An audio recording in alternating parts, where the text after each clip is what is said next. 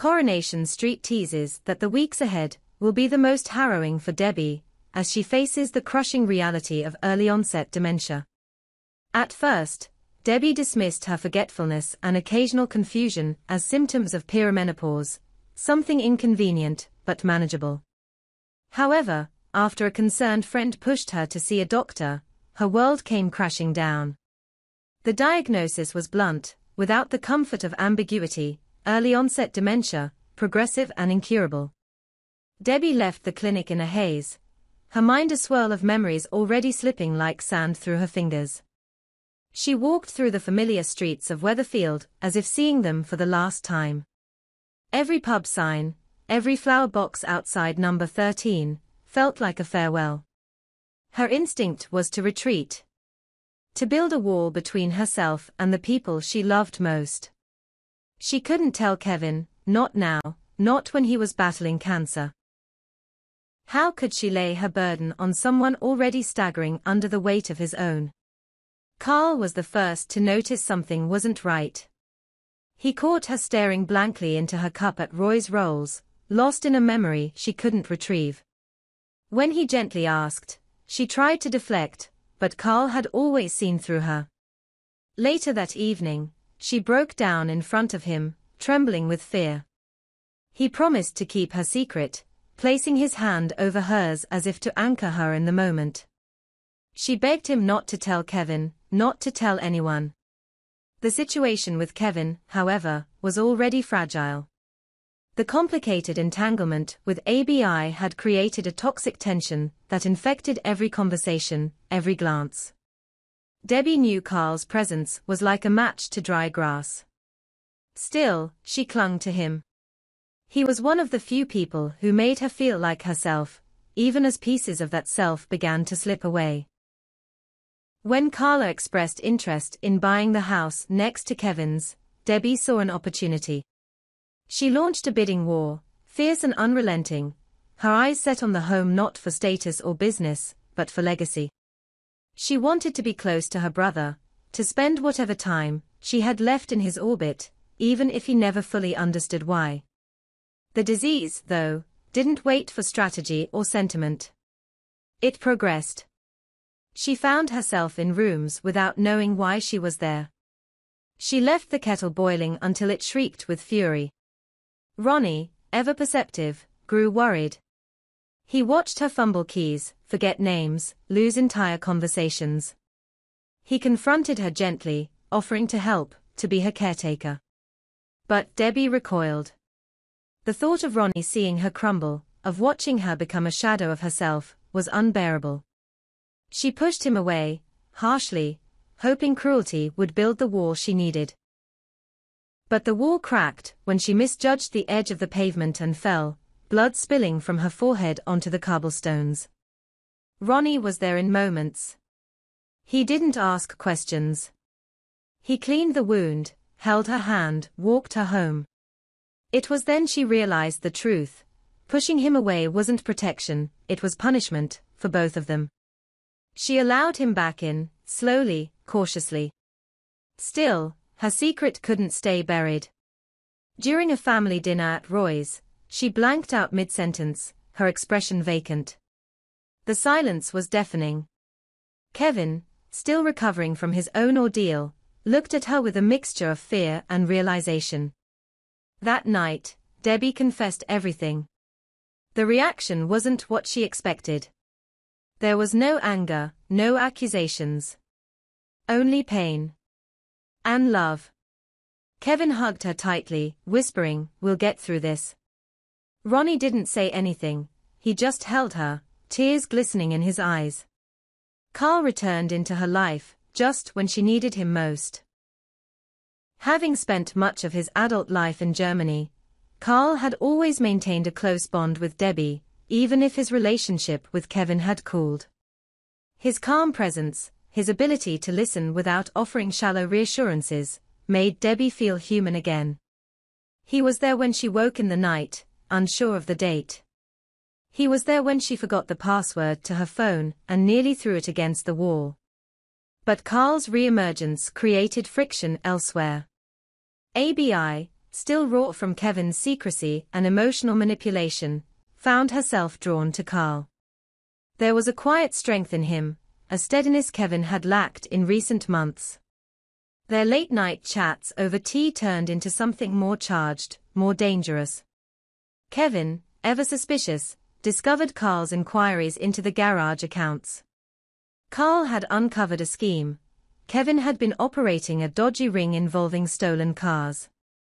What made it worse was that Kevin had lied about his cancer prognosis. Though he had been declared cancer-free post-treatment, he continued to let everyone believe he was still fighting it. He used it as a shield, a tool of manipulation to keep ABI close. Carl confronted Kevin in the garage. The argument was volcanic. Accusations flew like wrenches. Kevin shouted that Carl had no right to meddle, that he was poisoning everything. Carl retaliated with the truth about Kevin's lies. The fallout was immediate. Kevin, humiliated and threatened, fired Carl on the spot. Word spread quickly. Tyrone, ever the gossip, let it slip to ABI, who confronted Kevin in their home. Her rage was volcanic. She threw his lies back at him, accusing him of using his illness as a leash. Kevin tried to explain, to say it was fear, not malice. But ABI was done. She left, tears streaking her face. Carl, adrift and jobless, packed his things. He told Debbie he was leaving, that Weatherfield was a war zone he didn't belong in. But Debbie, terrified of losing another piece of her dwindling stability, begged him to stay. She didn't know how many more memories she had left. She needed her family whole, even if it was fractured. Carl hesitated. He looked at her, really looked, and saw the woman who had always been there for him, who had hidden her pain to shield others. He said he would think about it. And as the sun set on Coronation Street, Debbie stood by the window of her new house next to Kevin's, watching the lights flicker on across the street. Her mind was fragile, but in that moment, she was anchored, by love, by pain, by the bittersweet beauty of memory. Carl stood at the edge of the platform, suitcase in hand, the rumble of the approaching train vibrating beneath his feet. But he couldn't get Debbie's face out of his mind, the quiet desperation in her eyes, the way her fingers trembled when she tried to button her coat. Something pulled at him, not duty, but something deeper. The ache of leaving someone who needed him, even when they were too proud to say it out loud. Just as the train whistled into the station, he stepped back from the edge. Back in Weatherfield, Debbie was unraveling. The bad days were becoming more frequent. She left the front door open one night, only realizing when a neighbor stopped by to check on her. Her journal, once meticulously updated, now held entries that repeated the same thought over and over. Kevin, still reeling from the fallout with ABI and Carl, was too consumed with self-pity to notice the signs. It was Ronnie who stepped in again, who reminded Kevin of what truly mattered. "She needs us," Ronnie told Kevin firmly over a pint at the Rovers. "And if you can't see past your own guilt, then maybe you don't deserve to be her brother." It was harsh. But it landed. Kevin showed up the next morning with groceries and a list of memory aid apps. Debbie didn't say much, but she let him in. That was enough. Meanwhile, ABI was spiraling in her own way. The truth about Kevin's deception had broken something fundamental between them. Her nights were sleepless, spent pacing or driving aimlessly through the outskirts of Weatherfield. It was during one of those drives that she found herself parked near the community center where Carl had taken a short-term job organizing youth programs. She stayed in the car at first, just watching. But eventually, she went in. Carl was surprised to see her, but not hostile. They talked. Nothing more. At least, not at first. But the emotional intimacy they shared grew more intense. ABI found herself drawn to Carl's honesty, his steadiness. She told herself it wasn't romantic, not yet, but there was a spark neither could deny. Kevin noticed. He watched them from across the street one afternoon, the way ABI laughed at something Carl said, the way Carl instinctively reached out to steady her elbow as they stepped off a curb. It was subtle, but to Kevin, it felt like betrayal. That night, he confronted Carl again. "You always wanted to be the better man," Kevin spat. "Well, congratulations. You win." Carl didn't retaliate.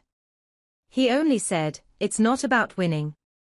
It's about being there for people when they need you." Kevin, too angry to respond, stormed off. But his words lingered in Carl's mind. He was developing feelings for ABI, that much was true. But Debbie was his priority. And she was getting worse. One afternoon, she wandered into the garage looking for Kevin, only to freeze, utterly confused, in front of a half-disassembled car. Carl found her there, frightened and on the verge of tears. He walked her home, and when she sat down on the couch, she whispered, "I think I left the kettle on yesterday." Carl knew then that she could no longer manage on her own. He called Ronnie, and together they decided that Debbie needed more help than anyone wanted to admit. Ronnie suggested bringing in professional care, but Debbie refused. "I want to live my life," she snapped. "Not just be babysat, until I forget my own name." Ronnie, patient as ever, nodded. "Then let us be part of that life. For as long as you want us." ABI, after seeing Debbie one evening curled up in a blanket, with a photo album on her lap, made her own decision. She would pull back from Carl, emotionally. He had too much on his plate. Her feelings were real, but Debbie came first. She told Carl as much in a tearful conversation behind the Rovers. "I think I love you," she said quietly. "But she needs you more than I do right now." Carl didn't argue. He simply pulled her into a long, quiet hug. Kevin, for all his flaws, began to show up more. He sat with Debbie as she struggled through her medication routine. He helped her cook, even when she forgot the recipe halfway through. There were days when she snapped at him, frustrated and ashamed. But he stayed. Then came the letter. It arrived one rainy morning, the envelope smeared from the post. It was from a neurologist in Manchester, an update on a new clinical trial. The treatment wasn't a cure, but it offered hope of slowing the progression. Debbie stared at the page, the words swimming. Carl read it aloud for her, and for the first time in weeks, she smiled. The family rallied. Kevin drove her to appointments. Ronnie handled the paperwork. Carl researched the science behind the treatment, explaining it to her with patience. ABI, despite her heartbreak, helped set up Debbie's medication tracker. And then came a setback. Debbie collapsed in the street outside the corner shop. It was a seizure. Short but terrifying. She was rushed to hospital, the memory of the moment already evaporating as she lay in the ward. Carl sat at her bedside all night. When she woke, she looked at him and asked, "Did I miss Christmas?" "Not yet," he said, voice tight. "But I'll save you a turkey leg, just in case." It was a turning point. Debbie agreed to an in-home carer, someone vetted by Ronnie. Her independence bruised, but her courage unwavering. ABI, watching all this, made a decision of her own. She visited Kevin late one evening, asked if they could start over. Not as a couple, not yet, but as co-parents, as friends. Kevin agreed, humbled and grateful. As autumn painted the street in hues of gold and crimson, life settled into a new rhythm. Debbie still forgot things. Sometimes she called Carl Dad. Sometimes she set the table for people long gone. But she laughed more, and the moments of clarity, though fleeting, were precious. One afternoon, she stood in her garden with Carl, holding a mug of lukewarm tea. "Promise me something," she said. Anything.